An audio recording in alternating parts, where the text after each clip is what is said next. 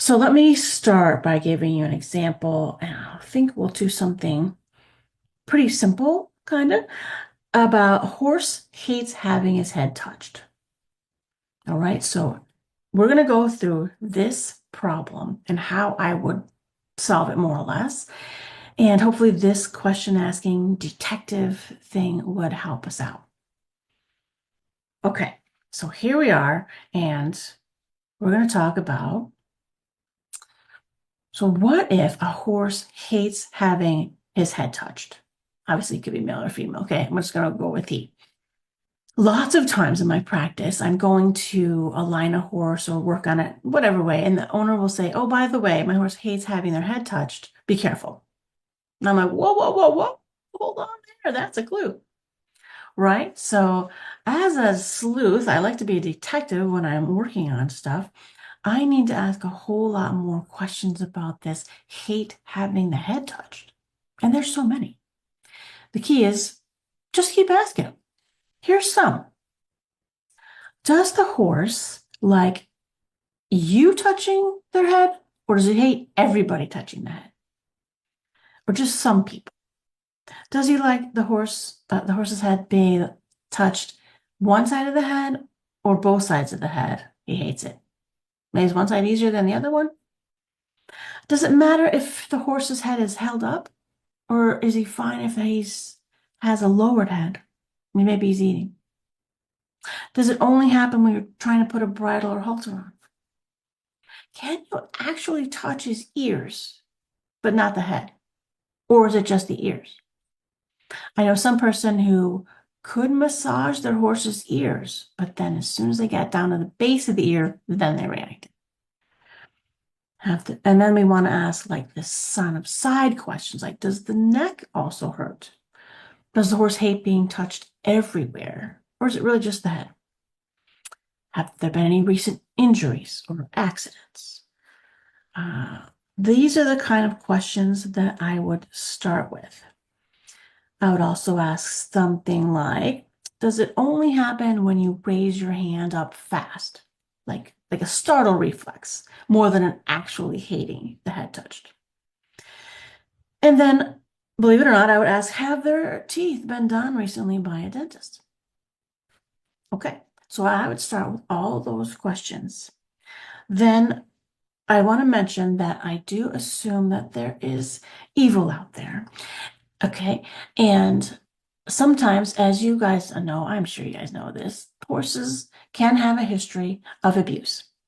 It can be physical abuse, mental abuse, even. It could be emotional abuse. So you can have actual emotional energies that can be trapped around the head, or simply physical misalignments from abuse. It can certainly be an accident. I do mention that though, because I had a dog one time. She was a stray dog. I adopted her. She was so sweet. And in my genius way of naming dogs, I named her Sweetie. So Sweetie was perfectly fine, sweet, wonderful, medium-sized brown mutt. And she was so nice to everyone except guys. So it was men with ball caps on. In fact, so much so that if a man did not have a ball cap on, she was perfectly fine. You put that ball cap on, and that dog is out of there. She would run in the bedroom and hide under the bed because of the ball cap. So with that kind of knowledge, I get very specific on this reactivity kind of thing. Is it just men? Is it just guys with cowboy hats? It can be women. It can be anybody carrying a stick. There can be all kind of history back there. So I try to ask those questions in a nice way. And I'm not ever accusing the person. A lot of people rescue horses and you don't even know what's happened. But sometimes you do know and, maybe don't want to mention it, but it's good to know. Okay. So based upon these type of questions, it gives me a pathway of which way to go, like a detective. So if there was something stolen from a house, but only certain people had access to the bedroom, then I would ignore all those other people that could not have gotten into the bedroom where it was stolen, right? So that just kicks out all that. So if I have a horse and They're fine for touching the ears, but they're not fine to touch the head. I would zoom in on those questions, and then I would learn a little bit of anatomy. And by that, you've all seen a horse's head. That's what I'm thinking right now. So there's the skull of the horse, and then the first bone in the neck, where the poll is the atlas. It's just the first bone in the neck, called the atlas. If the atlas is misaligned, then what's crazy is it can be so sensitive because the spinal cord runs from the back of the head through the occiput. Don't worry about these long words, okay? And then to the atlas. So if it's misaligned, it can give horses headaches, and they sure the heck don't want anybody touching their head. I would say about 99% of people where they're saying my horse hates having his head touched. I think he was eared as a foal. I hear that so many times. And it's just that the atlas is misaligned. 99% of the time, that's the answer. The other percentages would be the emotional stuff that I already mentioned. And then also along the anatomy lines, the TMJ of the horse, that's the temporal mandibular joint, kind of like the hinge of the jaw, that's way back in the mouth. And the horse's mouth is so long. It's really close to where we buckle the halter. It's right there. So you would want to know that's there because sometimes horses don't want to have their head touched because their TMJ is so sore.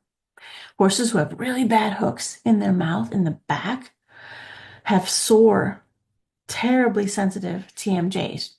There's been a handful of times where I've gone just to reach up and check a horse's head or mouth, whatever, and they literally, before I even touched, turned to bite me because they were so sore. And they didn't do that at all, the rest of their body, because their TMJ can get so sensitive. If you know anybody who's had a TMJ issues, it can get incredibly sore, incredibly, don't touch me, that type of thing. Okay, so if the horse hates having his head touched, we ask a bunch of questions and then follow the most obvious pathway.